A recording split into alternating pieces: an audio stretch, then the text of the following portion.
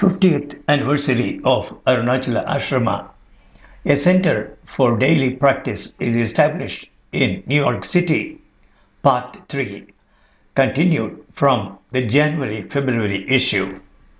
On December 8, 1966, in New York City, for the purpose of incorporating a Bhagawan Sri Ramana Maharshi Center pursuant to Article 10 of the Religious Corporation Law, Arunachala Ashram was incorporated in the state of New York.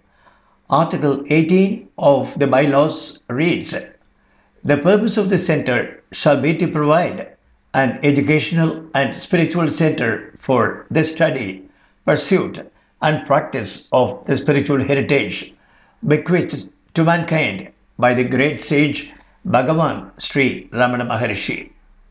The first rented space for Arunachala Ashrama was in the East Village of Manhattan at 78 St. Mark's Place, near First Avenue. It was just an upstairs room in an apartment building. That is, when Arunachal Bhakta Bhagavat started his daily routine of taking the F train subway from Brooklyn to Manhattan to open the ashram. In the evening, devotees would come for the nightly chanting, meditation, and reading of Bhagavan's teachings. A simple meal, usually of rice, dal, and potatoes, cooked by Bhagavat himself, would be served after the practice. He would spread a mat on the floor, and all would eat sitting around it. Bhagavat always ate like the simple villager he was, with his hands. Openness of heart was a favorite expression of his. Guilelessness and humility, he would say, are the essential qualities of a true aspirant. And he longed for such rare, pure souls who embodied these qualities. One must have an open heart for God to enter, and if it remains closed, even among friends, how can you realize the self or God? He would often ask. Bhagavat would travel any distance at any time of the day or night to benefit from serving and associating with such friends. "I need your company more than you need mine," he would tell us. And he believed it, though we certainly thought otherwise. Arunachala Bhakta Bhagavat provided us the living example of how to gain Bhagavan's grace and attain the purpose of human existence in light of the life and teachings of Sri Ramana Maharshi.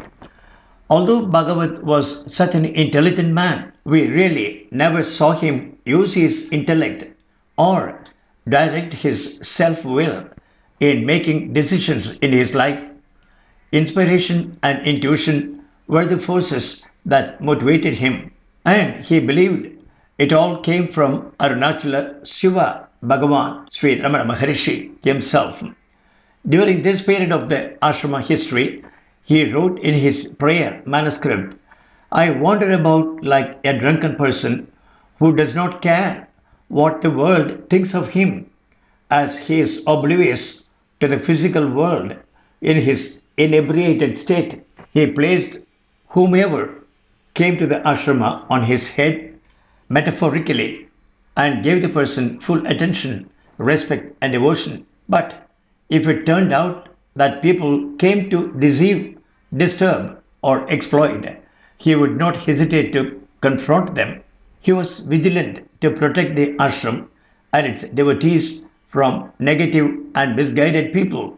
He instilled in all who kept company with him the importance of loving kindness, service, respect, and devotion to the ideal manifested in all creation.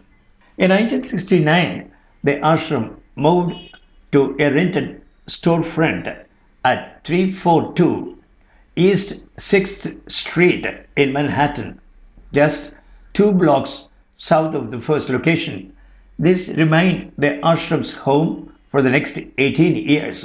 It was here that I, the editor, first arrived in Bhagavan's American abode in November 1971. Already earlier this same year, John and Matthew Greenblatt and Evelyn Caslev had become attached to Bhagavan and the ashrama that Bhagavat had founded.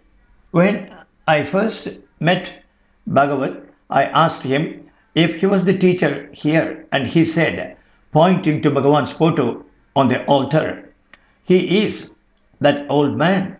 He is the teacher, and we practice the teachings."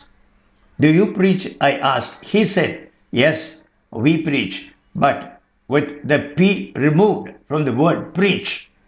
That is, we reach." "Then, what do you do here?" I asked. "You see the entrance door there? Do you see the doormat in front of the door? Bhagavan has made me his doorman and doormat, the servant and servitor in his ashram." He always referred to the ashram as Bhagavan's ashram only. And that same day, he went on to describe Arunachala Ashrama as AAA, Arunachala Abhyasa Ashrama. The ashrama is a place to practice the teachings, not for discourses and discussions. He always emphasized the necessity of daily regular practice of Bhagavan's teachings. Bhagavan has said that those who have succeeded owe their success to perseverance. Bhagavat would tell visitors, "We believe in handwork." Most visitors did not. They wanted some quick and easy way to self-realization. They would be told there are no quick shortcuts. Hard work, discipline, service, intense devotion, perhaps over many years is required. Many visitors left when they heard this, hoping to find a guru who would give them mukti by a wave of the hand. Much earlier, Bhagavan had come to Bhagavat in a dream and explained to him the technique of abiding in the heart. Describing this to us, Bhagavat would tell us, "Watch wherefrom the breath arises, it is the heart. Watch wherefrom the sound arises, it is the heart. Watch wherefrom the eye arises, it is the heart." Bhakta Bhagavat followed in the tradition of a householder, a married person, yet he was totally devoted to his master and Lord, Bhagawan Ramana. He provided a touching example of how this can be harmonized. He had a very simple village wife and one son. His love and attention extended to the devotees and to them equally. He made all feel as members of one family. Bhagavat could never fulfill his wife's wish to own a house and other material possessions common in the West. He had no desire for these things himself, but felt much compassion for her because of this. In her last years, when she had gone blind, I overheard a visitor ask Bhagavat what he did in the ashram. "I serve mother," was his simple reply. I doubt whether the visitor understood what he was talking about, but I knew. As for his son, Bhagavat gave him complete freedom. He believed example was the best form of guidance, and that is what he provided. He once remarked, "In my Indian tradition, it is said that once a son reaches 16 years of age, he then becomes your brother."